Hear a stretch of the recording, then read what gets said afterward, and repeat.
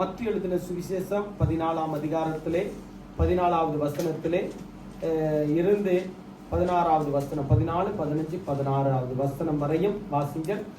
அதே போல யோவான் எழுதின சுவிசேஷம் 6ஆம் அதிகாரம் 5வது வசனத்திலிருந்து 7வது வசனத்து வரை ஒரே சம்பவத்தை ஆண்டவர் பேசியிருக்கிறதை நாங்கள் பார்க்கின்றோம். நல்ல அருமையான ஒரு காரியத்தை இன்றைக்கு நாங்கள் பார்க்க போகின்றோம். நம்மை திருப்தியாக்கி நடத்துகிறவர் நம்முடைய ஆண்டவர் இயேசு. அதாவது நம்முடைய ஆண்டவர் நம்மை திருப்தியாக்கி முழுமையான ஒரு ஆசீர்வாதத்துக்குள்ள, முழுமையாய் ஒரு திருப்தி அடைந்த ஒரு வாழ்க்கைக்குள்ள நம்மை கொண்டு போகிறது தான் அவருடைய சித்தம். ஆகவே அந்த திருப்தியாக்கி நடத்துகிறவர் நம்முடைய ஆண்டவர் இயேசு. பாருங்க, வசனம் சொல்லுகிறது, வாசிங்க பாப்பா தம்பி நீங்க. Quand Jésus sortit de la barque, il vit une grande foule et fut rempli de compassion pour elle, et il guérit les malades. Le soir venu, les disciples s'approchèrent de lui et dirent: cet endroit est désert et l'heure est déjà avancée. Renvoie la foule afin qu'elle aille dans les villages pour s'acheter des vivres. Jésus leur répondit: ils n'ont pas besoin de s'en aller, donnez-leur vous-même à manger. இயேசு வந்து திரளான ஜனங்களை கண்டு இப்ப அவர்கள் மேல் மனதுருகி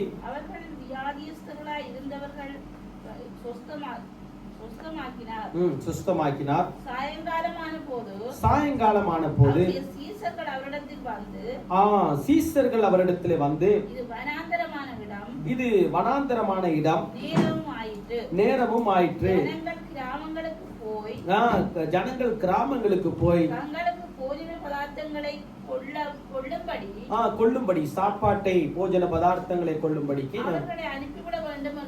அவர்களை அனுப்பிவிட வேண்டும் என்றார்கள்.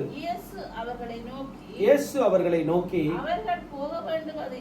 அவர்கள் போக வேண்டுவதில்லை, நீங்களே அவர்களுக்கு போஜனம் கொடுங்கள் என்றார். ஓகே, இப்ப இந்த சம்பவம் நமக்கு நல்லா தெரியும்.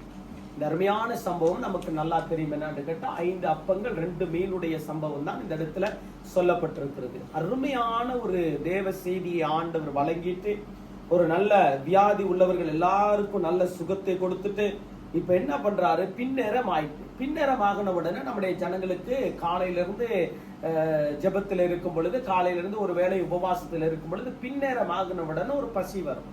இந்த பசி வந்த உடனே அவர்களுடைய சரீரம் பலவீனத்துக்குள்ள போயிடும். இந்த பலவீனத்துக்குள்ள போனா என்று சொன்னாக்க அவர்கள் போகும் பொழுது என்ன சொல்வார்கள், ஐயோ பாரு, ஆராதனைக்கு போனேன், ஜெபிக்க போனேன், ஆண்டவர்கிட்ட போனேன், இப்ப நான் சோர்ந்து போகிறேன். இப்ப ஆண்டவர் வந்து சோர்வுக்குள்ள ஜனங்களை நடத்துகிறவர் அல்ல. அதான் வேதம் சொல்லுகிறது. வேதம் தெளிவா இன்றைக்கு நமக்கு சொல்லிக் கொடுக்கிற காரியம் என்னவென்று கேட்டால், ஜனங்களை, அவருடைய பிள்ளைகளை திருப்தியாக்கி ஆண்டவர் நடத்துகிறவரா இருக்குதான் தலைப்பு. அப்ப திருப்தியாக்கி நடத்த வேண்டும் என்று சொன்னால், சரியாக அவர்களை நடத்த வேண்டும் என்றால், அவர்களுக்கு நல்ல உணவுகளை கொடுத்து நடத்த வேண்டும் என்று சொன்னால், தேவன் அற்புதம் செய்ய வேண்டும், இயேசு அற்புதம் செய்ய வேண்டும். இப்ப சீசர்கள் இருக்கிறார்கள், ஜனங்கள் இருக்கிறார்கள். இப்ப சீசர்கள் எல்லாரையும் ஆண்டவர் ஊழியத்தில் பழக்க வைத்துக் கொண்டே வருகிறார். சீசர்களுக்கு நல்லா அவர்களுக்கு போதனைகளை சொல்லிக் கொடுத்து வருகின்ற பொழுதே இந்த காரியம் நடக்கிறது. இந்த காரியம் நடக்கும் பொழுதே என்ன நடக்கிறது பாருங்க, அந்த வசனம் சொல்லுகிறது. அருமையான ஒரு காரியத்தை ஆண்டவர் கற்றுக் கொடுக்கிறார். என்னவென்று கேட்டால், முதலாவது ஒரு காரியம், விசுவாச கண்கள் அவர்களுக்கு திறக்கப்படுகிறது. ஏனென்று கேட்டால், விசுவாச கண்கள் திறக்கப்பட வேண்டும் என்று சொன்னால் இயேசுவின் மேல் அவர்கள் விசுவாசம் வைக்க வேண்டும். யார் முதலாவது விசுவாசம் வைக்க வேண்டும்? சீசர்கள் விசுவாசம் வைக்க வேண்டும். அப்ப சீசர்களுக்குள்ளே விசுவாசம் இல்லாவிட்டால் ஜனங்கள் எப்படி போயிடுவார்கள்? சீசருக்கே விசுவாசம் இல்ல, 12 பேருக்குள்ளே அந்த விசுவாசம் இல்ல. 12 பேருக்கு இயேசு போதிக்கிறார், அவர்களுக்கு கற்றுக் கொடுக்கிறார், அவர்களுக்கு எல்லா காரியங்களுக்கும் சொல்லிக் கொடுக்கிறார், தேவ ராஜ்யத்தை குறித்து சொல்லிக் கொடுக்கிறார், தேவன் அற்புதங்கள் அடையாளங்களை இவர்கள் பார்த்திருக்கிறார்கள். ஆனால் இவர்களுடைய வாழ்க்கையிலே விசுவாசம் இல்லாமல் போய்விட்டால் எப்படி ஜனங்களுக்குள்ளே விசுவாசம் இருக்கும்? அப்ப முதலாவது ஒரு காரியம் என்னவென்று கேட்டால், இதிலே கற்றுக்கொள்ளுகின்ற காரியம், விசுவாசத்தினுடைய கண்கள் திறக்கப்படுகிறது. முதலாவது இந்த சீசர்களுக்கு விசுவாசத்தினுடைய கண்கள் திறக்கப்படுகிறது. இரண்டாவது, இயேசுவானவர் அற்புதம் செய்கிறதுக்கு ஒரு வழியை திறந்து கொடுக்கிறது.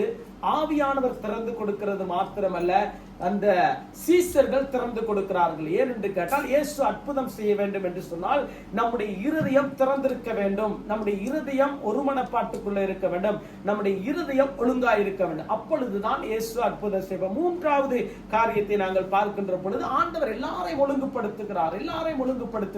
இப்ப எல்லாரையும் ஒழுங்குபடுத்தினால்தான் அந்த ஆண்டவர் செய்கிற அற்புதத்தை அந்த ஜனங்கள் ஆண்டவருடைய சன்னிதானத்திலே நன்றி கூறுவார்கள். இப்ப நாலாவது காரியம் நன்றி கூறுகிற ஒரு காரியமாய் போகிறது. ஐந்தாவது காரியம் இயேசு அந்த அப்பத்தை எடுத்து ஆசீர்வதிக்கிறவரா. திரளான ஜனங்கள் வருகிறதை கண்டு, இப்ப திரளான ஜனங்கள் ஏனென்று கேட்டால் அற்புதத்துக்கு கூட்டம் ஓடிரும். இலங்கையில பாருங்க, ஒருத்தர் இருக்கிறாரு, பென்னண்டோனுங்கிற ஒரு பேர், ஒருத்தர் ஜெராம் பென்னண்டோங்கிறவர். அவருடைய மெரக்கல் டோம் அப்படிங்கிறது ஏர்போர்ட்டுக்கு முன்னாடி இருக்கு. ஏர்போர்ட்டுக்கு போகும் பொழுது அதை பாஸ் பண்ணி தான் நாங்கள் ஏர்போர்ட்டுக்கு போகணும், சிலோன் ஏர்போர்ட்டுக்கு. அப்போ மெரக்கல் டோம் அப்படிங்கிற பெரிய ஒரு பில்டிங் ஒன்று கட்டி போட்டிருக்காங்க. நாளுக்கு நாள் ஜனங்கள் கூடிக்கொண்டே போகிறார்கள். சிங்கள பாஸ்டரா இருக்கிறபடியால் சிங்களவர்கள் நல்லாவே தெரியும். அவர்கள் வந்து இந்த என்ன சொல்றது, அவர்கள் புத்த மதத்தை பின்பற்றினபடியால் புத்தரை எப்படி அவர்கள் அந்த புத்த மதத்தை வழிநடத்துகிறதான அந்த பிக்குகளை எப்படி வணங்குகிறார்களோ அதே போலத்தான் அவர்கள் வணங்கி போவார்கள். அவர்களுடைய மார்க்கம் அப்படியா இருக்கிறது. ஆனால் அற்புதத்தை தேடி ஜனங்கள் அப்படியே ஒவ்வொரு நாளிலும் லட்சக்கணக்கான பேர் போகிறார்கள். நாங்கள் யூடியூப்ல நீங்கள் பார்த்திருப்பீர்கள். இப்ப என்ன, இயேசுவானவர் அற்புதம் செய்கிறதை யார் பார்க்க வருகிறார்கள்? ஜனங்கள் வருகிறார்கள், யூதர்கள் வருகிறார்கள், சமாரியர்கள் வருகிறார்கள், இப்படி எங்கெங்க இருந்தெல்லாம் வருகிறார்கள். வரும்பொழுது தான் ஆண்டுடைய வசனம் சொல்லுதே பாருங்க, அந்த 5வது வசனம் சொல்கிறது பால், இயேசு தம்முடைய கண்களை ஏறெடுத்து திரளான ஜனங்கள் தம்மிடத்திலே வருகிறதை கண்டு, அடுத்த வாசிங்க பார்ப்போம். பிலிப்புவை நோக்கி பாருங்க, இவர்கள் சாப்பிடத்தக்கதாக அப்பங்கள் எங்கே கொள்ளலாம் என்று கேட்டார். அப்பங்கள் எங்கே கொள்ளலாம் என்று கேட்டால், இப்ப முதலாவது என்ன, ஆண்டவர் இவர்களுக்கு விசுவாச கண்கள் திறக்கப்பட வேண்டும். யாருக்கு திறக்கப்பட வேண்டும்? சீசர்களுக்கு திறக்கப்பட வேண்டும், பிலிப்புக்கு திறக்கப்பட வேண்டும். ஏனால் பிலிப்பு முக்கியமான ஒரு ஊழியக்காரர். இப்ப 12 சீசர்கள், ஒவ்வொரு சீசருக்கும் ஒவ்வொரு விதமான பொறுப்புகளை ஆண்டவர் கொடுத்தார். இப்ப பிலிப்புக்கு முக்கியமான ஒரு ஊழியம் இருக்கிறது, நமக்கு தெரியும். பிலிப்பு வந்து ஆவியானவருக்குள்ள நடத்தப்படுகிற நல்ல ஒரு ஊழியக்காரர்கள். பிலிப்பு வந்து அங்க நமக்கு தெரியும், அந்த எத்தோப்பியா மந்திரியோடு கூட ரதத்திலே இணைக்கப்பட்டார். இணைக்கப்படுகிறதுக்கு என்ன காரணம் என்று கேட்டா, எத்தோப்பியா மந்திரி ஏசாயா தீர்க்கதரிசி புத்தகத்தை வாசிக்கிறார். அவருக்கு ஞானம் பிறக்கவில்லை, அவருக்கு தெரியல. ஏனென்று கேட்டால் ஆவியானுடைய வல்லமை இருந்தால் தானே வெளிப்பாடு வரும். இப்ப வாசிக்க என்ன நடக்குது அவருக்கு புரிஞ்சு கொள்ள முடியல. அப்ப முதலாவது என்ன செய்யறார், ஆவியானவர் அந்த பிலிப்பை சொல்லுகிறார், நீ ரதத்தோடு கூட ஒட்டிக்கொள், ரதத்தோடு கூட எத்தோப்பியா மந்திரியோடு கூட நீ இணைந்து கொள்ள. அப்ப எத்தோப்பியா மந்திரிக்கு யார் டீச் பண்றா? இப்ப பிலிப்பு டீச் பண்றார். இப்ப ஆவியானவருக்கு சொல்லி கொடுக்கிறார், இந்த காரியத்தை, இதுதான் இயேசு கிறிஸ்து இந்த பூமிக்கு வந்ததுக்கு அடையாளம், இதுதான் அவர் ரட்சிப்பை கொடுத்ததுக்கு அடையாளம் என்று சொல்ல தண்ணியை பார்க்கறாங்க. தண்ணியை பார்த்த உடனே ஞானஸ்தானம், எத்தோப்பியா மந்திரிக்கே ஞானஸ்தானம். யார எங்க எப்படி ஆண்டவர் ரட்சிக்கணுமோ அந்த இடத்துல ஆண்டவர் ரட்சித்துருவார். இதுக்கு தடைகள் கிடையாது. தடை பண்ணுகிறது சத்துரு. ஆனால் தடையை உடைத்து ஆண்டவர் அந்தந்த நேரத்தில் இந்த ஆள் வேணும்னா ஆண்டவர் அவ்வளவுதான். அது எப்பேற்பட்ட காரியமா இருந்தாலும் ஆண்டவர் செஞ்சு முடிச்சு. இப்ப பிலிப்புக்கு விசேஷமான ஒரு ஊழியம், அழைப்பு. இப்ப பிலிப்பை பார்த்து தான் ஆண்டவர் கேட்கிறார், இவர்களுக்கு அப்பங்களை பெற்றுக் கொள்ளுகிறதுக்கு. ஏன் என்று கேட்டால் நமக்கு தெரியும் பாருங்க, நம்மள மாதிரி உள்ள ஜனங்கள் தான் கொஞ்சம் ஜெபம் இருந்தவுடனே, கொஞ்சம் ஆராதனை காலையிலிருந்து பின்னரை விட இருந்தவுடனே சோர்வு வந்துடும்.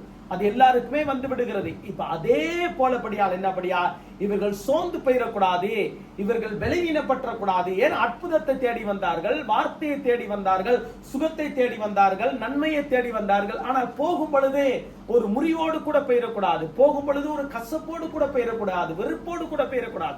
தேவ சமூகத்துக்கு வந்தால் அதான் வேதம் சொல்லுகிறது, தேவ சபையிலே நாட்டப்பட்டவர்கள் செழித்திருப்பார்கள், தேவ சமூகத்திலே நாட்டப்பட்டவர்கள் செழித்திருப்பார்கள். இப்ப செழிப்பு இவர்களுக்கு தேவை, சரீரத்தில் செழிப்பு தேவை, வாழ்க்கையில செழிப்பு தேவை. என்ன நடக்கிறது? இப்ப பிலிப்பு கிட்ட ஆண்டவர் கேட்கிறார். கேட்கும் பொழுது ஆண்டவர் நல்ல அற்புதம் செய்ய நல்லாவே அவருக்கு தெரியும், நமக்கு தெரியும். ஆண்டவருக்கு அற்புதம் செய்ய முடியும், அதிசயம் செய்ய முடியும், இல்லாததை இருக்க பண்ண முடியும், இயற்கைக்கு அப்பாற்பட்ட காரியங்களை செய்ய முடியும். ஆனால் வேதம் சொல்லுகிறது என்னவென்று கேட்டால் பாருங்க, பிலிப்பை நோக்கி இவர்கள் சாப்பிடத்தக்க அப்பங்கள் எங்கே கொள்ளலாம் என்று கேட்டார். இப்ப என்ன, இவருடைய விசுவாச கண்கள் எப்படி இருக்கிறது? இப்ப நம்ம பார்த்த ஆண்டவர் கேட்கிறார், இன்றைக்கு ராத்திரியிலேயோ காலையிலேயோ மத்தியானத்திலே இந்த வார்த்தையை வாசிக்கும் பொழுது என்ன நடக்கிறது? விசுவாச கண்கள் எப்படி இருக்கிறது? இப்ப ஆண்டவர் இப்ப நல்ல தம்பி ஆராதனை செய்யும் பொழுது அன்பு கூறுவேன் இன்னும் அதிகமா இந்த பாடல் பாடும் பொழுது இப்ப எனக்கே ஒரு யோசனை வந்துச்சு, ஒரு உணர்வு வந்துச்சு, நான் இன்னும் ஆண்டவரத்துல அன்பு செலுத்திக்கிட்டு தான் இருக்கணும்.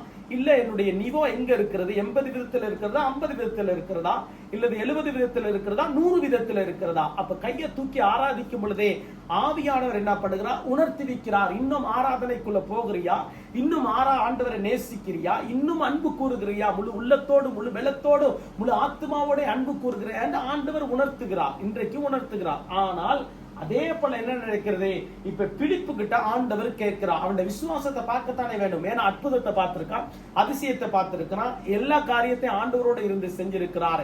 இப்ப பிலிப்பு கிட்ட ஆண்டவர் கேட்கிறார் என்னவென்று கேட்டால், இதோ இவர்களுக்கு பாருங்க சாப்பிடத்தக்கதாக அப்பங்கள் எங்கே கொள்ளலாம் என்று கேட்டார். அடுத்த வசனத்தை வாசிங்க பாப்பா. 6வது வசனத்தை தம்பி நீங்க வாசிங்க முதல்ல.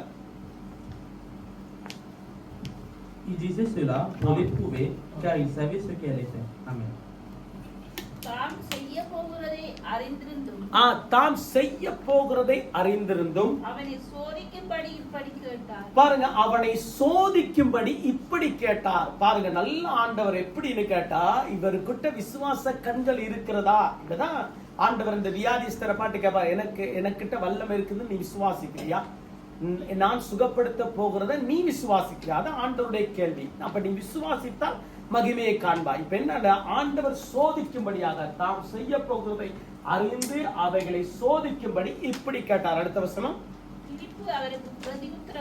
பிலிப்பு அவருக்கு பிரதியுத்தரமாக இவர்களில் ஒருவனுக்கும் கொஞ்சம் கொஞ்சம் எடுத்துக்கொண்டாலும் 200 பணத்து அப்பங்களும் இவர்களுக்கு போதாதே என்றார். அப்ப பாருங்க, இப்ப பிலிப்பு என்ன சொல்லுகிறான்னு கேட்டா, இவர் உண்மை. பிலிப்பு சொன்னது 100க்கு 100 வீதம் உண்மை. அவர் சிந்திக்கிறதுல தப்பு கிடையாது. 5000 பேருக்கு இந்த அப்பத்தையும் இந்த மீனையும் கொள்றதுன்னு சொன்னா, எங்க போய் வாங்குறதுன்னு சொன்னா, இது வாங்கக்கூடிய சாத்தியமாகுமா? ஒரு காலமும் முடியாது. அப்ப பிலிப்பு நம்மளை பாரு யோசித்து இருக்காரு, அது தப்பு கிடையாது. பிலிப்புடைய கண்கள் திறக்கப்பட வேண்டும். இப்ப பிலிப்புக்கு அந்த விசுவாச கண்கள், சீசர்களுக்கு அந்த விசுவாச கண்கள் திறக்கப்பட வேண்டும். முதலாவது விசுவாச கண்கள் சீசர்களுக்கு திறக்கப்பட வேண்டும். ஆண்டுடைய பிள்ளைகளுக்கு திறக்கப்பட வேண்டும். ஆண்டுடைய பிள்ளைகளாகிய எனக்கும் உங்களுக்கும் திறக்கப்படும்படியாக இருக்கிறதா இருந்தால் ஆண்டவர் என்ன செய்வார்? அதிக அற்புதங்களை நமக்கு செய்து கொண்டே இருப்பார். இப்ப வேதம் சொல்கிறது பாருங்க, ஒவ்வொருவருக்கும் கொஞ்சம் கொஞ்சம் எடுத்துக்கொண்டாலும் 200 பணத்துக்கு அப்பங்கள் இவர்களுக்கு போதாது என்றான். இப்ப என்ன இது? பார்த்தாது ஆண்டவர், இது என்ன? இது ஆண்டவர், இது என்ன சாதாரண விஷயமா? 5000 பேர் உட்கார்ந்து இருக்காங்க. 5000 புருஷர்கள் மாத்திரம். கிட்டத்தட்ட ஒரு வீட்டுல 3 பிள்ளைகள் இருந்தா கிட்டத்தட்ட 15000 பேர் இருக்காங்க. 15000 பேருக்கு எங்க போயிட்டு இந்த ராத்திரியில எடுக்க முடியும்? இந்த ராத்திரி பாருங்க, டக்குன்னு சொல்லுவாங்க கடை 10:30 மணிக்கு மூட போகுதுன்னு சொன்னாக்க 9:45க்கு தம்பி அனுப்புனா அடைய போயிட்டு இந்த கடையில வாங்கிட்டு வானா, இன்னும் 15 நிமிஷத்துல வாங்க முடியாது. 8:30 மணிக்கு லுக்லர் பூட்ட போகுது, 8:15க்கு போயிட்டு தண்ணியை வாங்கிட்டு வான்னு சொன்னா அங்க போகும் பொழுதே கடை முடியும்.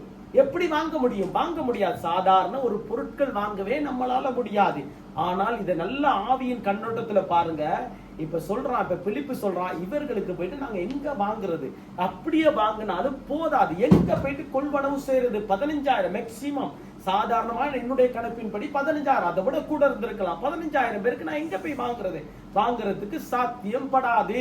அப்பதான் அடுத்த வசனத்தை வாசிக்கும் பொழுது பாருங்க பாப்பா, அடுத்த வசனத்தை வாசிங்க பாப்போம். அப்பொழுது அவருடைய சீசர்களில் ஒருவனும் சீமோன் பேதுருவின் சகோதரனுமாகிய அந்திரேயா அவரை நோக்கி, இப்ப பாருங்க, இப்ப அந்திரேயா இவர் சீசர்களை அறிமுகம் செய்தவர். நமக்கு தெரியும் இந்த சீசர் என்னன்னு கேட்டாக்க, இந்த 11 சீசர்களை அறிமுகப்படுத்தினவர் இவர், சீமோன் பேதுருடைய சகோதரன். இப்ப இவரை குறிச்சு நீங்க எங்க பார்க்கணும்னு கேட்டா, நேத்து நாங்க போனோம் ரீபப்ளிக், என்னதுக்கு பார்லிமெண்ட்டுக்கு நேற்று போனோம் விசிட். எல்லாரையும் எங்களை கூட்டிட்டு போயிருந்தாங்க, மேரியால கூட்டிட்டு போயிருந்தாங்க, போனோம் பார்க்கணும். எங்கட சிலர்லயோ இந்தியாவிலே பார்லிமெண்ட்டுக்குள்ள காலே வைக்க முடியாது. ஆனா ஒத்துழைப்பு எடுத்து ஏற்கனவே ஐடென்டி கார்டெல்லாம் கொடுத்து, ஏற்கனவே எங்களுடைய டீட்டெயில்ஸ் எல்லாம் கொடுத்து 15 உள்ளுக்கு போறோம். உள்ளுக்கு போகும் பொழுது நான் இந்த படத்தை வாட்ஸ்அப்ல போட்டேன்னு கேட்டா, இலங்கையில கிடைக்காத ஒரு பாக்கியத்தை ஆண்டவர் இங்கே கொடுத்திருக்கிறார். ஏன் இலங்கையில கொண்டு போய் பார்லிமெண்ட் பக்கத்துக்கே போக முடியாது, ரோட்டெல்லாம் 3 கிலோமீட்டருக்கு முன்னாடியே மூடிடுவான். ஆனா இங்க அப்படி இல்லை, நார்மலாவே ரோட்ல இருந்து பார்க்கலாம் பார்லிமெண்ட் ரிபப்ளிக்க ரோட்ல இருந்தே பார்க்கலாம். பார்க்கும்பொழுது என்ன நடக்கிறதுன்னு கேட்டா உள்ள போனோம். உள்ள போகும் பொழுது எங்களுக்கு டான்ஸ் அந்த விளங்கப்படுத்துறாரு ஒருத்தர் வந்தார், ஆந்திரியான ஒருத்தர் தான் வந்தார், அவர் தான் அந்திரியாங்க. அப்ப அவர் விளங்கப்படுத்துறாரு பிரெஞ்சுக்காரர், ஒரு சின்ன பொண்ணு இது இது இப்படி இது இது இப்படி. பிறகு ஒரு இங்க இருக்கிற பார்லிமெண்ட்ல இருக்கிறதான ஒரு மினிஸ்டர் வந்துச்சு, ஒரு லேடி வந்துச்சு. அந்த லேடி ஏற்கனவே எங்களுக்கு தெரியும் சென்ட்ராலமெண்ட்ல இருக்கிறபடியா. பாருங்க எவ்வளவு பெரிய ஒரு காரியம்னு கேட்டா, ஏன் நம்மட பிள்ளைகள் இன்றைக்கு கேட்கிறார்கள், நல்ல விஷயம். ஆனால் இன்னும் கொஞ்சம் பார்லிமெண்ட்டுக்குள்ள ரட்சிக்கப்பட்டவர்கள் போனா, இன்னும் கொஞ்சம் ரட்சிக்கப்பட்டவர்கள் மேரிக்குள்ள இருந்தால் ஆராதனை செய்யறதுக்கு நமக்கு வசதி, இடம் எடுக்கிறதுக்கு வசதி, நல்ல நல்ல கூட்டங்கள் சுவிசேஷ கூட்டங்கள் செய்கிறதுக்கு வசதி. இதுதான் நம்முடைய போக்கஸ், இதுதான் நம்முடைய கவனம். ஆகவே பாருங்க இந்த முஸ்லிம் ஆட்கள் என்னன்னு கேட்டா இந்த காரியத்துல தீவிரம். அவர் ஒரு முஸ்லிம் ஈரான்காரர், இந்த பார்லிமெண்ட்டுக்குள்ள இங்க இருக்கிற சென்ட்ராலமெண்ட்டுக்குள்ள இருக்கிறது, அவள் வந்து எங்களுக்கு டீச் பண்றா, இது இப்படி இப்படி இத்தனை ஆண்டு ஆரம்பிக்கப்பட்டது, இத்தனை ஆண்டு இருக்கப்பட்டது அப்படின்ட்டு. இப்போ அதே போல இன்னொரு இடத்துக்கு நாங்க போகும் பொழுது இந்த ஆந்திரியா யாரு, இந்த அந்திரோகியாவுடைய ஸ்கூல் கட்டப்பட்டது அப்படின்னு போட்டிருக்கா. அப்ப அந்திரோகியாவை குறிச்சு வேதம் சொல்லுகிறது கேட்டா நல்ல ஒரு பிரசித்தியான ஒரு சீசர் இல்ல வேதத்துல பார்க்கும் பொழுது சில காரியங்கள். ஆனால் இந்த அப்பம் எங்கே இருக்கிறது, இந்த மீன் எங்கே இருக்கிறது அவர் தான் காண்பித்து கொடுக்கிறவராயிருக்கு. அப்ப 2வது காரியத்துக்குள்ள நாங்கள் போகும் பொழுது என்ன நடக்கிறது, ஆண்டவர் நமக்கு அந்த விசுவாசத்தினுடைய கண்களை திறக்கிறார். இப்ப அந்திரோகியாவுக்கு அந்த காரியத்தை விசுவாச கண்கள் திறக்கப்படுகிறது. விசுவாச கண்கள் திறக்கப்படும் பொழுதுதான் என்ன நடக்கிறது, அவர் சொல்லுகிறார். பாருங்க வசனம் சொல்கிறார், அந்த வசனத்தை வாசிக்க பார்ப்போம். 6வது வசனத்தை அதுல 9வது வசனத்தை வாசிக்க பார்ப்போம். இங்கே ஒரு பையன் இருக்கிறான். பாருங்க இங்கே ஒரு பையன் இருக்கிறான், அவன் கையில் 5 வாற்கோதுமை அப்பங்களும் 2 மீன்களும் உண்டு. ஆனாலும் அவைகள் இத்தனை ஜனங்களுக்கு மாத்திரம் என்றார். ரைட். இப்ப இவருக்குள்ள ஒரு பெரிய ஒரு போராட்டம் வந்துருச்சு. முதலாவது பிலிப்பு கிட்ட கேட்கிறார், 2வது இப்ப அந்திரோகியா சொல்றான் சிறு பையன். இப்ப கண்டுபிடிச்சாச்சு ஒரு ஆளுகிட்ட இது இருக்குது, இதுதான் இருக்கிறதை கொண்டு ஆண்டவர் பெரிய காரியங்களை செய்ய போகிறான். வேலையை வைத்துக் கொண்டு அதன் மூலமாக கர்த்தர் அற்புதம் செய்ய போகிறான். சரீரத்தை நல்ல சரீரத்தை வைத்து ஆண்டவர் பெரிய காரியங்களை செய்ய போறார். இது ஆண்டவர் நமக்கு செய்ய போகிற ஒரு கிரியை. அதே போல என்ன நடக்கிறது, இப்ப இவர் சொல்றாரு என்னன்னு கேட்டா, இந்த 2வது சீசன் என்ன சொல்றா, 2 சின்ன பையன் இருக்கிறான், இவன்ட்ட என்ன இருக்கிறது 5 அப்பங்களும் 2 மீனும் தான் இருக்குது. ஆனாலும் இதுவே மாத்திரம் இப்ப இவருக்குள்ள கொஞ்சம் வாசல் வந்துட்டு இப்ப வாசலுக்குள்ள வந்துட்டார். என்ன விசுவாசத்தினுடைய வாசலுக்குள்ள வந்துட்டார். இப்ப கண்கள் திறக்கப்பட வேண்டும் என்று சொன்னால் அற்புதம் இயேசு செய்ய வேண்டும். இப்ப பாருங்க வசனம் சொல்லுகிறது, நீங்கள் எடுத்து வாசிப்பீர்கள் என்று சொன்னால் அந்த அதிகாரத்தை 10வது வசனத்தை வாசிக்க பார்ப்போம். அடுத்து இயேசு ஜனங்களை உட்கார வையுங்கள் என்றார். இப்ப என்னன்னு கேட்டா, இப்ப ஆண்டவர் வந்து ஒரு காரியத்தை செய்ய போகிறார். இப்ப 2வது காரியம் என்னவென்று கேட்டால், முதலாவது ஒரு காரியத்தை பார்த்து விசுவாசத்தினுடைய கண்கள், 2வது வந்து இயேசு அற்புதம் செய்கிறதுக்கு ஒரு வழி திறக்கப்பட்டிருக்கிறது. 3வது காரியத்துக்குள்ள போகிற பொழுது ஆண்டவர் ஒழுங்குபடுத்துகிறார். ஏனென்று கேட்டால் இந்த 5000 புருஷர்களை 15000 பேரை சரியாய் வழி நடத்தணும். ஏன்னா ஒருத்தருக்கு குறை வந்துடக்கூடாது. வீட்டில் 5 பேர் இருந்தால் 5 பேரையும் ஆண்டவர் சமமாய் நினைத்து சரியாக அற்புதம் செய்ய வேண்டும். 10 பேர் இருந்தால் 10 பேருக்கும் அற்புதம் செய்ய வேண்டும். 20 பேர் இருந்தால் 20 பேருக்கும் சரிசமமாக அற்புதம் செய்ய வேண்டும். ஏனால் அவரிடத்திலே பட்சபாதம் இல்லை, அவர் உயர்வு தாழ்வு பார்க்கிறவர் அல்ல, எல்லாரையும் ஒரே முகமாய் பார்க்கிறார், எல்லாரும் அவருடைய பிள்ளைகளாய் பார்க்கிறார். இப்ப 10வது வசனத்துக்கு வரும் பொழுதே இப்ப ஆண்டவர் ஒழுங்குபடுத்துகிறவராய் இருக்கிறார். என்னத்தை ஒழுங்குபடுத்துகிறார் பாருங்க, வாசிங்க 10வது வசனத்தை. பாருங்க, இயேசு ஜனங்களை உட்கார வையுங்கள் என்றார். அந்த இடம் மிகுந்த புல்லுள்ளதா இருந்தது. நம்மளை போல இன்னைக்கு பாருங்க சேர் இல்ல, நம்மளை போல ஊர்ல மாதிரி பாய விரிக்கல. அவர்கள் என்ன மாதிரி இருந்தார்கள், இப்ப கான்சர்ட் பெரிய பெரிய குர்செட் நடக்கும் பொழுது இலங்கையில அப்படியே நம்ம ஊர்ல வச்சிருவாங்க, அப்படியே நீங்க கிரவுண்ட்ல தான் நடக்கும், புல்லுல உட்கார்ந்து தான் ஆக வேண்டும். ஆகவே உட்கார்ந்து வார்த்தை கேட்பார்கள். எவ்வளவு நேரம் கேட்பார்கள், 4 மணித்தாலும் கேட்பார்கள். ஆனா நமக்கு 1/2 மணித்தாலும் கதிரையில இருக்க முடியாது, 1 மணித்தாலும் இருக்க முடியாது. ஓகே, காலங்கள் போக வயதுகள் போக ஓகே. ஆனால் அந்த நாட்கள் என்ன பண்ணுவார்கள், 2 அப்படியே முழங்கால் படிக்கிறது மாத்திரமல்ல உட்கார்ந்து அப்படியே வார்த்தையை கேட்பார்கள். இலங்கை இந்தியாவில் நமக்கு தெரியும். இப்ப ஆண்டவர் என்ன கற்றுக் கொடுக்கிறார், ஒழுங்கை கற்றுக் கொடுக்கிறார். எப்படி கற்றுக் கொடுக்கிறார், அந்த வசனம் சொல்லுகிறதே, வசீங்க பாப்போம்.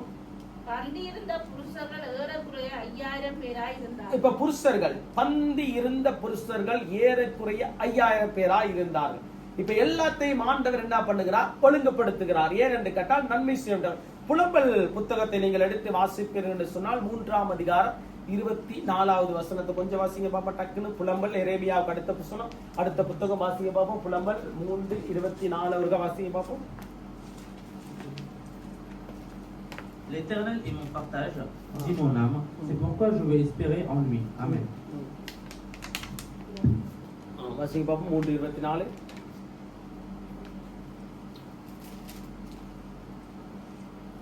கர்த்தர் என் பங்கு என்று என் ஆத்துமா சொல்லும். ஆகையால் அவரிடத்தில் நம்பிக்கை கொண்டிருப்பேன்.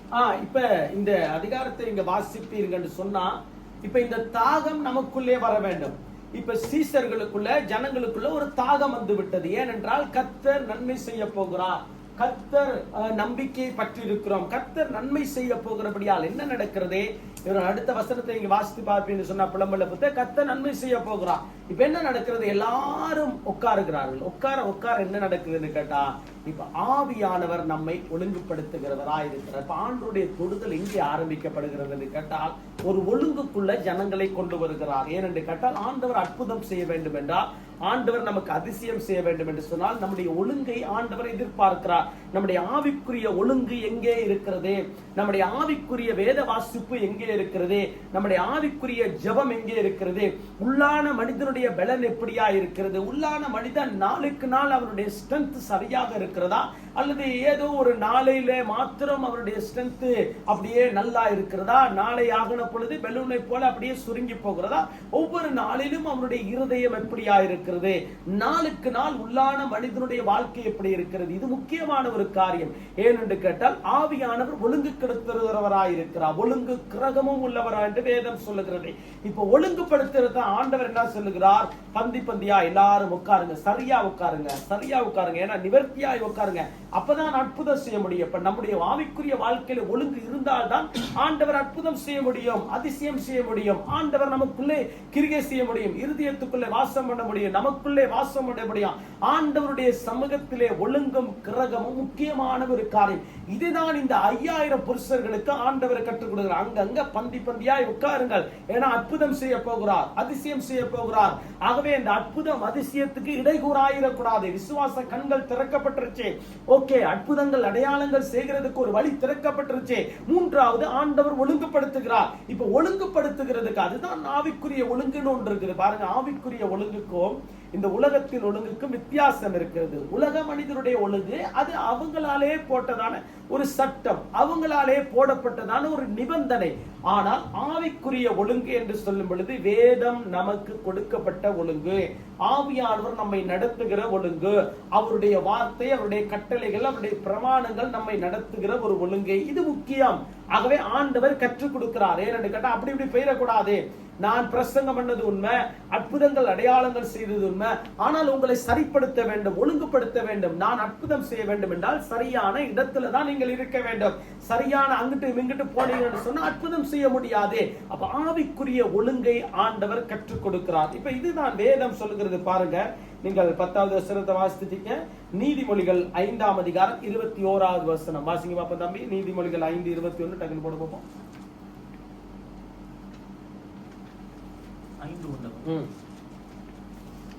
Mon fils, sois attentif à ma sagesse, prête l'oreille à mon intelligence. Amen. நீதிமொழிகள் பூவே. என் மகனே, என் ஞானத்தை கவனித்து என் புத்திக்கு செவியை சாய். இப்ப என்ன ஆண்டவர் சொல்லுகிறார்? இதுல அருமையான ஒரு காரியம். நீதிமொழிகள் புத்தகத்தை நாங்கள் வாசிக்க 5ஆம் அதிகாரம் 21வது வசனத்துல பாருங்க. என் மகனே, வாசிக்க பாப்போம். என் மகனே, என் ஞானத்தை கவனித்து என் புத்திக்கு செவியை சாய். ஓகே, 21 வாசிக்க பாப்போம். மனுஷனுடைய வழிகள் கர்த்தரின் கண்களுக்கு முன்பாக இருக்கிறது, அவனுடைய வழிகள் எல்லாவற்றையும் அவன் சீர்தூக்கி பார்க்கிறார். இப்ப 2 வசனத்தை கொஞ்சம் நாங்க பார்க்கின்ற பொழுது என்ன நடக்குதுன்னு கேட்டா, ஒன்று, ஆண்டவர் சொல்றார் என்னுடைய வசனத்தை நீ கேட்டுதான் ஆக வேண்டும். இரண்டாவது ஒரு காரியத்தை நாங்கள் பார்க்கின்ற பொழுது பாருங்க, மனுஷனுடைய வழிகளில் கர்த்தருடைய கண்களுக்கு முன்பதாக இருக்கிறது. ஆனால் அவருடைய வழிகள் எல்லாவற்றையும் ஆண்டவர் சீர்தூக்கி பார்க்கிறார். அந்த வழியை சீர்தூக்கி பார்க்கிறார். ஏனென்றால் ஒழுங்கு இருக்கிறதா, வாழ்க்கையில ஒழுங்கு இருக்கிறதா, ஆவிக்குரிய வாழ்க்கையில ஒழுங்கு இருக்கிறதா, தனிப்பட்ட வாழ்க்கையில ஒழுங்கு இருக்கிறதா, இதை ஆண்டவர் சீர்தூக்கி பார்க்கிறவராயிருக்கிறார். ஆண்டவர் பாருங்க, அற்புதம் செய்கிறதுக்கு முன்பதாக 5 அப்பத்தை 2 மீனை அவர் பெரிய அந்த ஜனங்களுக்கு 5000 பேருக்கு கொடுக்கிறதுக்கு முதலாவது ஆண்டவர் எதிர்பார்க்கிற ஒரு காரியம், ஆவிக்குரிய வாழ்க்கையிலே ஒழுங்கு இருக்கிறதா, ஆவிக்குரிய வாழ்க்கையிலே சரியாய் கட்டப்பட்டிருக்கிறதா, ஸ்ட்ரென்த்தா இருக்கிறதா, உள்ளான ஆத்மா உள்ளான மனிதன் நாளுக்கு நாள் திருப்தியாய் நடத்தப்படுகிறானா, திருப்தியாய் தேவனுடைய சமூகத்தில் இருந்து தேவ வார்த்தையோடு கூட ஒட்டி கொள்ளுகிறானா, இதைதான் ஆண்டவர் சீர்தூக்கி பார்க்கிறவராயிருக்கிறார். இப்ப பாருங்க, அடுத்த காரியத்துக்குள்ள நாங்கள் போவோம். பாருங்க, 4வது காரியம், ஆண்டவர் இந்த அப்ப படத்தை போடுங்க பாப்பா, நல்லா அப்பத்தினுடைய படத்தை, அந்த அப்பத்தையும் அந்த மீனையும் ஆண்டவர் ஆசீர்வதிக்கிறத பார்ப்போம். இப்ப பாருங்க, 4வது காரியம் என்னவென்று கேட்டால், யோவான் 6:11 ஒரு வாசிங்க தம்பி, இருக்கா பார்ப்போம்.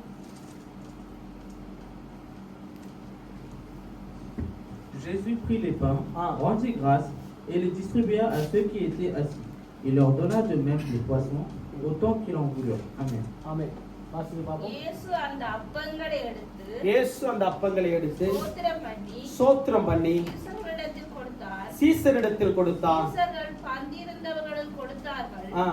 அப்படியே மீன்களையும் அவர் எடுத்து அவர்களுக்கு வேண்டிய மட்டும் கொடுத்தார். இப்ப நல்லா கவனிக்க என்னன்னு கேட்டா, அந்த படத்தை போடுங்க பாப்போம். அந்த படத்தை இப்ப பாருங்க, யாரு பிந்து, இந்த படத்தை பாருங்க. காலை கீழே போட்டுட்டு வடிவா, காலை நல்லா வடிவா, 2 காலையும் வடிவா போடுவான். சேர்த்துக்கு வந்தா பாருங்க, பாருங்க வசனம் சொல்லுகிறது. இப்ப என்ன நடக்குதுன்னு கேட்டா, சுமதிய கவாசிங்க பாப்போம்.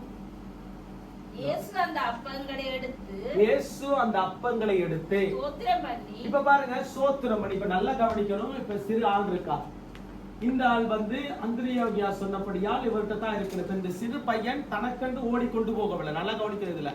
இப்ப பாருங்க, சிறு பிள்ளைகிட்ட நாம 5 பொம்மை கொடுத்தோம்னா 5ஐயும் எடுத்துக்கொள்ளுங்க, 5ஐயும் எடுத்துக்கொள்ளுங்க. அப்ப நேற்றைய நாள்ல பஸ்ல 2 பொம்மை கொடுத்தாங்க, எங்களுக்கு சாப்பிட முடியல. ஓகே, அதை பேக்ல போட்டோம், அப்புறம் கொண்டு வந்து வீசிட்டோம். ஆனால் இந்த சிறு பையன் ஒரு நல்ல குணாதிசயம் என்னவென்று கேட்டால், அந்த அப்பத்தை எடுத்து மறைக்கவில்லை, ஒழிக்கவில்லை. ஆனால் அவன் என்ன பண்ணுகிறான் கேட்டா, நல்லா கவனிக்கணும். பாருங்க, நம்முடைய பிள்ளைகள் நமக்கு நல்லா தெரியும். நம்ம வீட்டுல 5 கோழி பொரிச்சா இல்ல 2 அடிச்சு விட்டுருவாங்க, 3 எங்க கிடக்குன்னு தெரியல பாரு, அப்படி இப்படின்னு நம்மளுக்கே ஒரு வித்தியாசமான, நமக்கே ஒரு சந்தேகம் வந்துடும். இருந்த கோழியை காணுமே அப்படின்னு. இது நம்முடைய குடும்பத்துல நடக்கிற ஒரு காரியம். இப்ப இந்த பையன் பாருங்க, 5 அப்பம் 2 மீன் அப்படியே ஆண்டுடைய சமூகத்துக்கு கொண்டு வரான். சிறு பையன்கிட்ட உள்ள உள்ளம், அதுதான் வேதம் சொல்லுகிறது, சிறு பிள்ளைகளை என்னிடத்திலே வரவிடுங்கள், பரலோக ராஜ்யம் அவர்களுடையது. ஏனென்று கேட்டா, அவர்கள்ட்ட பொய் இல்ல, களவு இல்ல, அவர்களுக்கு எரிச்சல் இல்ல, பொறாமை இல்ல, போட்டி இல்ல, அவர்களுக்கு வைராக்கியம் இல்ல, அவர்களுடைய இருதயத்துல வைராக்கியம் இல்ல, கசப்பு இல்ல. ஏன் அதுக்குத்தான் ஆண்டவர் சொல்கிறார், சிறு பிள்ளைகளை போல. அதான் உதாரணம் காக்கிறார், சிறு பிள்ளைகளை போல நீங்கள் மாறினால் தான் பரலோக ராஜ்யத்தில் உண்டு. சில தன்மைகளை அவர் சொல்லிக் கொடுக்கிறார். இதுதான் முக்கியமான ஒரு காரியம். இப்ப பாருங்க, இந்த அப்பத்தை எடுத்து ஆண்டவர் என்ன பண்றார், ஸ்தோத்திரம் பண்றார். இப்ப பாருங்க, சாப்பாடை எடுத்தோன்னா நம்மட ஆட்கள் ஸ்தோத்திரம் பண்றது இல்ல. நாங்க ஆரம்பத்துல ரசிக்கப்பட்ட ஆரம்பத்துல பாஸ்ட் நமக்கு கற்றுக் கொடுத்தார், இது இப்படி செஞ்சிடக்கூடாது. அப்ப நாங்க அதை பார்த்து பார்த்து பார்த்து பார்த்து அது பழக்க தோஷமாய் நமக்கு வந்து விட்டது. ஆனால் சில இடங்களுக்கு போகும் பொழுது, நம்முடைய பிள்ளைகளை கூட்டிட்டு போகும் பொழுது, சின்ன பிள்ளைகளை தானே முதல் சாப்பிட விடாம கடகடன்னு அடிச்சு போட்டுருவாங்க. கடகடன்னு அந்த சாப்பாடை அடிச்சு போடுறது பக்கன்னு. அதுக்குத்தான் சொல்லி கொடுக்கிறது, ஆவிக்குரியவர்களுக்குள்ளே ஒழுங்கு இருக்கிறது. ஏனென்றால் ஆண்டவர் கொடுத்ததான ஆகாரத்துக்கு நன்றி செலுத்த வேண்டும். இப்ப இயேசு கற்றுக் கொடுக்கிறார். நல்லா கவனிக்கணும். இப்ப இயேசு கற்றுக் கொடுக்கிறார் என்னவென்று கேட்டால், இயேசு அந்த காரியத்தை பிதாவினிடத்திலிருந்து வந்தபடியால், ஏனென்று கேட்டால், நீதி பிதாவாயிருக்கிறார், கிருபை இயேசுவாயிருக்கிறார். ஆகவே இந்த கிருபையாகிய இயேசு என்ன பண்றார், கற்றுக் கொடுக்கிறார். எதை கற்றுக் கொடுக்கிறார்? இந்த அப்பத்தை முதலாவது என்ன பண்ணுகிறார், ஆண்டவர் ஸ்தோத்திரம் செலுத்துகிறார், நன்றி செலுத்துகிறார். இப்ப சாப்பாட்டுக்கு நன்றி செலுத்துறது எத்தனை பேர் கேட்டா, நமக்குள்ளே ஒரு கேள்வி வந்துடும். இதுக்கெல்லாம் நன்றி செலுத்திக்கிட்டு இருக்காரு. எப்ப பார்த்தாலும் ஆண்டவருக்கு இதுக்கு ஒரு நன்றின்னு இருக்க முடியுமா? எப்ப பார்த்தாலும் அவர் பிடிச்சி தொந்தரவு பண்ணிக்கிட்டு இருக்க முடியுமா? எப்ப பார்த்தாலும் அவருக்கு அங்க போக முடியும், தொந்தரவு பண்ணிக்கிட்டு இருக்க முடியாது. அவர் பாவம், அவர் அப்படியே இருக்கட்டும். ஆனால் வேதம் அங்கீகரிக்குதா? பரலோகம் அங்கீகரிக்கிறதா, வேதம் அங்கீகரிக்கிறதா, இதை தான் பார்க்க வேண்டும். ஆண்டவரை துன்புறுத்துறதுக்கா அது இதா இருக்குதா, இல்ல ஆண்டவரை குச்சப்படுத்துறதா இருக்கிறதா என்று வேதத்தை அலசி ஆராய்ந்து பார்க்க வேண்டும். இப்ப ஆண்டவர் கற்றுக் கொடுக்கிறார் என்னவென்று கேட்டால், அவர் அப்பத்தை எடுத்து சோத்திரம் பண்ணுகிறார். நல்லா கவனிக்கணும். இப்ப ஆண்டவர் என்ன பண்றார்? நன்றி செலுத்துகிறார். இப்ப பாருங்க, நன்றி செலுத்துறதுக்கு நம்முடைய இருதயம் வராது. மனிதர்களுக்கு சில நன்மைகளை சென்று விடுவோம், நமக்கு ஒரு எதிர்பார்ப்பு இருக்கு. இந்த ஆள் நமக்கு நன்றி செலுத்தல, இந்த ஆளுக்கு திரும்ப அடுத்த உதவி செய்ய மாட்டேன், இந்த ஆள் எனக்கு இதை பண்ணிட்டா நான் அடுத்த உதவிக்கு அவர்கிட்ட போக மாட்டேன். இது மனிதனுடைய இயல்பு, இது மனிதனுடைய இயல்பு. ஓகே, மனிதனுடைய சுபாவம் இது. ஆனால் இது இயேசுனுடைய சுபாவமா? அப்ப குமாரனுக்கு ஒத்த சாயலாக ஆண்டவர் நம்மை உருவாக்கிறதுக்கு இதுதான் அடையாளமா? குமாரனுடைய ஒத்த சாயலுக்கு நம்மை திருப்தியாக்கி நடத்துகிறது இதுதான் ஆண்டுடைய பிள்ளைகளுக்கு அடையாளமா? வேதம் தெளிவாய் நமக்கு காண்பித்து கொடுக்கிறதே. ஆண்டவர் வந்து நன்றி செலுத்துகிறார். அப்பத்தை எடுத்து அவர் முதலாவது என்ன பண்றார்?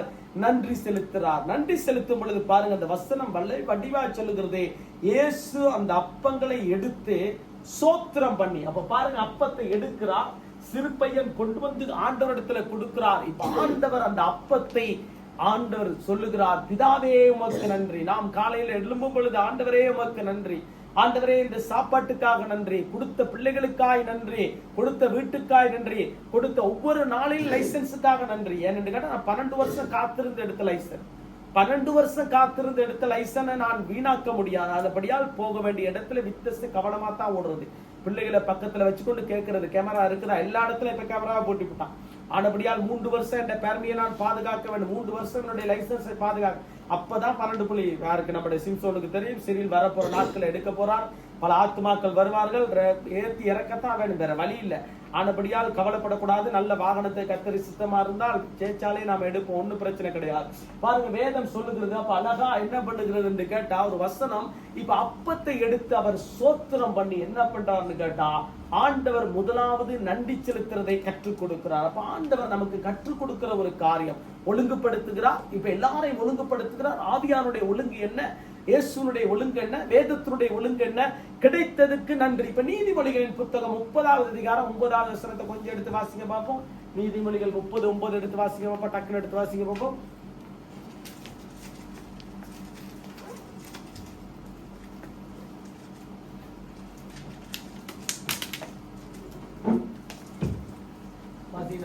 De peur que dans l'abondance, je ne te renie et ne dise qui est l'Éternel, ou que dans la pauvreté, je ne dérobe et je m'attaque au nom de mon Dieu.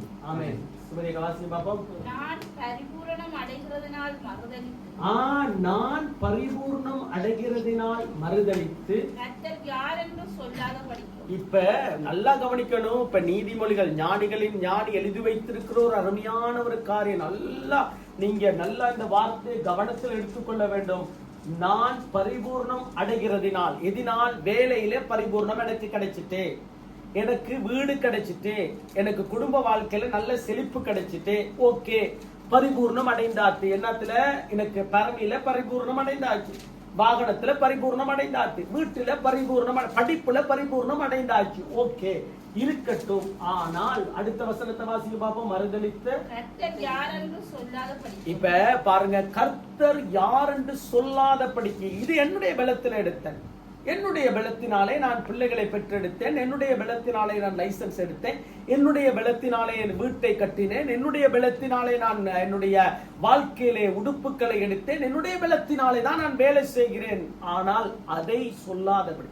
இதுதான் ஆவிக்குரியவர்களுக்கும் உலகத்துக்குரியவர்களுக்கும் வித்தியாசம். இப்ப பாருங்க, ஞானிகளின் ஞானி நீதிமொழிகளை சொல்லும் பொழுது சொல்லுகிறார், கர்த்தர் யார் என்று சொல்லாதபடிக்கு. இப்ப பாருங்க, டக்குன்னு சொல்வார்கள், இது என்னுடைய பலத்தில் எடுத்தது, இது என்னுடைய பராக்கிரமத்திலே எடுத்தது, என்னுடைய பராக்கிரமத்திலே. ஓடித்தான் பாருங்களேன், எத்தனையோ பேரை பார்த்திருக்கேன், ஓடுங்க ஓடுங்க ஓடுங்க. ஆனால் கலைச்சி போயிட்டு நின்றுட்டு கடைசியா சொல்லுவாங்க, எனக்காக ஒருக்கா ஜெபித்திருங்களே. எப்படி? உண்ட பலத்துல ஓடு ஓடுன்னு ஓடி போயிட்டு காலெல்லாம் வீங்கி, கையெல்லாம் வீங்கி, கழுத்தெல்லாம் வீங்கி, எல்லாம் வீங்கி, கடைசியா ஒண்ணும் செய்ய முடியாத நேரத்துல உட்கார்ந்த விடனை தான் ஆண்டவர் ஞாபகப்படுத்துவார். உன்னுடைய பலத்தினாலே ஒன்றும் செய்ய முடியாது, உன்னுடைய பராக்கிரமத்தினாலே ஒன்றும் செய்ய முடியாது, ஆனால் தேவனுடைய ஆவியினாலே எல்லாம் ஆகும். அடையாளமான வார்த்தை பாருங்க சொல்லப்படுகிறது, யார் என்று சொல்லாதபடிக்கு தன்னைத்தானே பெருமைப்படுத்திக் கொள்ளாதபடிக்கு நான் இதை செய்தேன், என்னுடைய பலத்தினாலே தான் ஓடினேன். ஏன் என்று கேட்டால் ஆண்டவர் அதற்குத்தான் கற்றுக் கொடுக்கிறார்.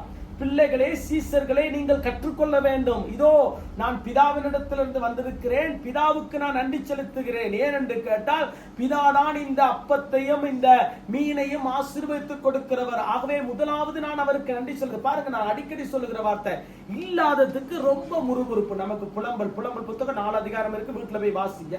இல்லாததுக்கு ஐயோ எனக்கு அது கிடைக்கல, இது கிடைக்கல, அப்படி இப்படின்னு ரொம்ப நம்ம போட்டு டார்ச்சர் படுத்தினோம் ஆண்டவருக்கு. ஆனால் ஆண்டவர் சொல்லுகிறார், இருக்கிறதுக்கு நீங்கள் நன்றி செலுத்துங்கள், கொடுத்ததுக்கு நீங்கள் நன்றி செலுத்துங்கள். வாழ்க்கையில இன்றைக்கு ஜீவனோடு இருப்பது, உயிரோடு இருப்பது, இதுவே பெரிய ஒரு கிருபை. இன்றைக்கு சாப்பாட்டுக்கு இல்லாம எவ்வளவு பேர் இருக்கிறாங்க, வீடு வாசல் இல்லாம எவ்வளவு பேர் இருக்காங்க, உடுப்பு இல்லாமல் எவ்வளவு பேர் இருக்கிறாங்க, பேசுறதுக்கு பேச முடியாம வாயில எத்தனை பேர் நாக்கு இல்லாமல் இருக்கிறதே, கண் தெரியாம எத்தனையோ பேருக்கு கண் இல்லாமல் இருக்கிறார்கள், காது கேட்க முடியாம, இப்படி எவ்வளவு சொல்லிக்கொண்டே போகலாம். காது இல்லாத எத்தனையோ பேரை பார்த்திருக்கோம், காது இல்லாத பிள்ளைகளை நேருக்காக நாம் பார்த்திருக்கோம், கை இல்லாதவர்களை பார்த்திருக்கோம், கால் இல்லாதவர்களை பார்த்து, எல்லாம் ஆண்டவர் பரிபூர்ணமா நமக்கு கொடுத்திருக்கிறார். இதுல ஒன்றும் குறைவில்லாதபடி ஆண்டவர் பரிபூர்ணமாய் கொடுத்திருக்கிறார். இப்ப வசனம் சொல்லுது பாருங்க, கர்த்தர் யார் என்று சொல்லாதபடிக்கு, வாசிங்க பார்ப்போம். தரித்திரப்படுகிறதுனால் திருடி, தரித்திரப்படுகிறதுனால் திருடி, என் தேவனுடைய நாமத்தை வீணிலே வழங்காத, என் தேவனுடைய நாமத்தை வீணிலே வழங்காதபடிக்கு என் படியை எனக்கு அளந்து, என் படியை எனக்கு அளந்து, இப்ப படி போசித்தருளும், என்னை போசித்தருளும். இப்ப நல்ல ஜெபத்தை நீதிமொழிகள் கற்றுக் கொடுக்கிறது. படி பாருங்க, நமக்கு தெரியும், பிச்சை எடுக்க வந்தா ஊர்ல சொல்லுவாங்க, கொஞ்சம் கீழே ஐயா அப்படின்னு சொல்லுவாங்க. வீட்டுக்கு வாசப்படியில வந்த உடனே அம்மா பிச்சை போடுங்கன்னு சொல்லும் பொழுது என்ன பண்ணுவாங்க, கொஞ்சம் ஐயா பிச்சை போடுங்கன்னு சொல்லும் பொழுது வீட்டுக்கு வாசலுக்கு வெளியே நில்லு, அவ்வளவுதான். வீட்டுக்கு வாசலுக்கு வெளியே நில்லு. அப்படி நிறைய இடத்துல பார்த்துருக்கோம். இப்ப எல்லாம் நல்ல டீசன்ட் பிச்சைக்காரன் வந்துட்டா. இப்ப 100 ரூபாய் கொடுத்தாலும் இலங்கையில பத்தாது, 500 ரூபாய் கொடு, 1000 நல்ல தட்டி காப்பா எங்கள்கிட்ட, எனக்கு 500 ரூபாய் கொடுக்க வேணும், பிச்சைக்காரனே கேட்க வேண்டிய நிலைமை. அப்படி டீசன்ட் பிச்சைக்காரன் ஆகிட்டா. இங்க அதை விட நல்ல டீசன்ட் பிச்சைக்காரன் இருக்கா.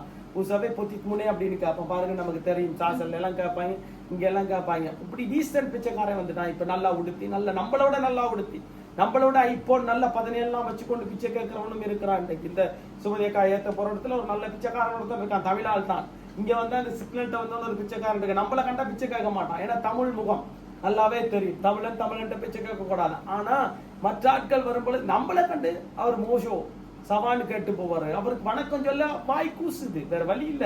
ஏன்னா கௌரவ பிச்சையிலே கௌரவ பிச்சை. இப்ப என்ன, இப்ப வசனம் சொல்லுறது பாருங்க, வேதம் சொல்லுகிறது, என் படியை எனக்கு அளந்து. ஏனென்று கேட்டால் இது ஆண்டவர்கிட்ட கேட்க வேண்டியது.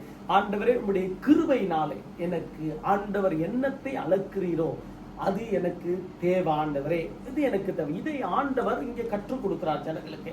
ஆண்டவருக்கு நன்றி செலுத்தணும், சாப்பாட்டுக்கு நன்றி செலுத்தணும். முதலாவது ஆண்டவர் கொடுத்ததான சாப்பாட்டுக்கு நன்றி செலுத்தணும். இல்லாவிட்டால் வருகின்ற நாட்களிலே எத்தனையோ விதமான என்ன நடக்கிறது, இலங்கையில மாத்திரமல்ல, எத்தனையோ விதமான பஞ்சம் வந்துவிடும். ஆனால் பஞ்ச காலத்திலும் ஆண்டவர் நம்மை போஷிக்கிறவராய். கொரோனா வந்துச்சு, யாருக்கும் சாப்பாடு இல்லாம இல்லையே. பெட்ரோல் பிரச்சனை வந்துச்சு, யாருக்கும் சாப்பாடு இல்லாம இல்லையே. ஆண்டவர் அதினதின் காலத்திலே திருப்தியாய் நம்மை நடத்துகிறார். இதுதான் நம்முடைய ஆண்டவர். இதுக்குத்தான் வேதம் கற்றுக் கொடுக்கிறது, படியை அளந்து போடும் ஆண்டவரை என்று நாம் கேட்க வேண்டும். ஆகவே பலத்தினாலே பெற்றுக்கொண்டே என்னுடைய, அதுதான் சொல்லுகிறது, வீண் வார்த்தையினாலே நீ சொல்லிடாத. ஏனென்றால் மறுதலித்து கர்த்தர் யார் என்று சொல்லாதபடிக்கு, கர்த்தர் யார் என்று நீ சொல்லிட, கர்த்தர் யாரு, இது என்ன இவரா செஞ்சாரு அப்படின்னு சொல்லிடக்கூடாது. அதுக்குத்தான் ஆண்டவர் இந்த ஜனங்களுக்கு கற்றுக் கொடுக்கிறார். பாருங்க, அடுத்த வசனத்தை நாங்க வாசிப்போம். 5வது, அவர் ஆசீர்வதிக்கிறதான அந்த காரியத்தை சொல்லிக் கொடுக்கிறார். 14ஆம் அதிகாரம் 19வது வசனத்தை வாசிக்க பார்ப்போம். 14:19.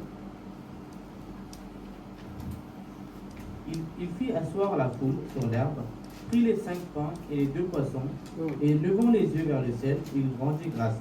Puis il rompit les pains et les donna aux disciples, qui les distribuèrent à la foule. Amen. Amen.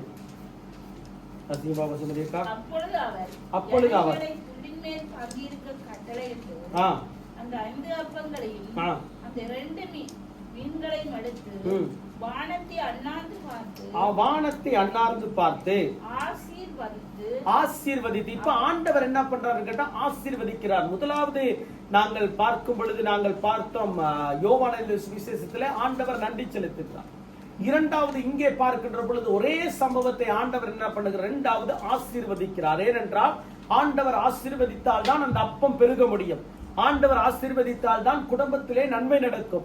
ஆண்டவர் ஆசீர்வதித்தால் தான் நம்முடைய வாழ்க்கை பலனுள்ளதாய் மாறும். இப்ப ஆண்டவர் என்ன பண்றாரு, ஆசீர்வதிக்கிறார். இப்ப ஆசீர்வதிக்கிறார் என்றால் அதை பிட்டு கொடுக்கணும், சீசர்களுக்கு கொடுக்க வேண்டும் பிட்டு. அப்பொழுதுதான் சரியாய் பங்கிட்டு கொடுக்கிறதுக்கு ஆண்டவர் ஆசீர்வதிக்க வேண்டும். இப்ப ஆசீர்வதிக்கிறது தான் வசனம் சொல்லுகிறது பாருங்க, தெளிவாய் சொல்லுகிறது. அப்பொழுது அவர் ஜனங்களை புல்லின் மேல் பந்தி இருக்க கட்டளையிட்டு அந்த 5 அப்பங்களையும் அந்த 2 மீன்களையும் எடுத்து வானத்தை அண்ணார்ந்து பார்த்து ஆசீர்வதித்து, அடுத்த வாசிக்கு அப்பங்களை பெற்று சீசர்களிடத்தில் கொடுத்தார். நல்ல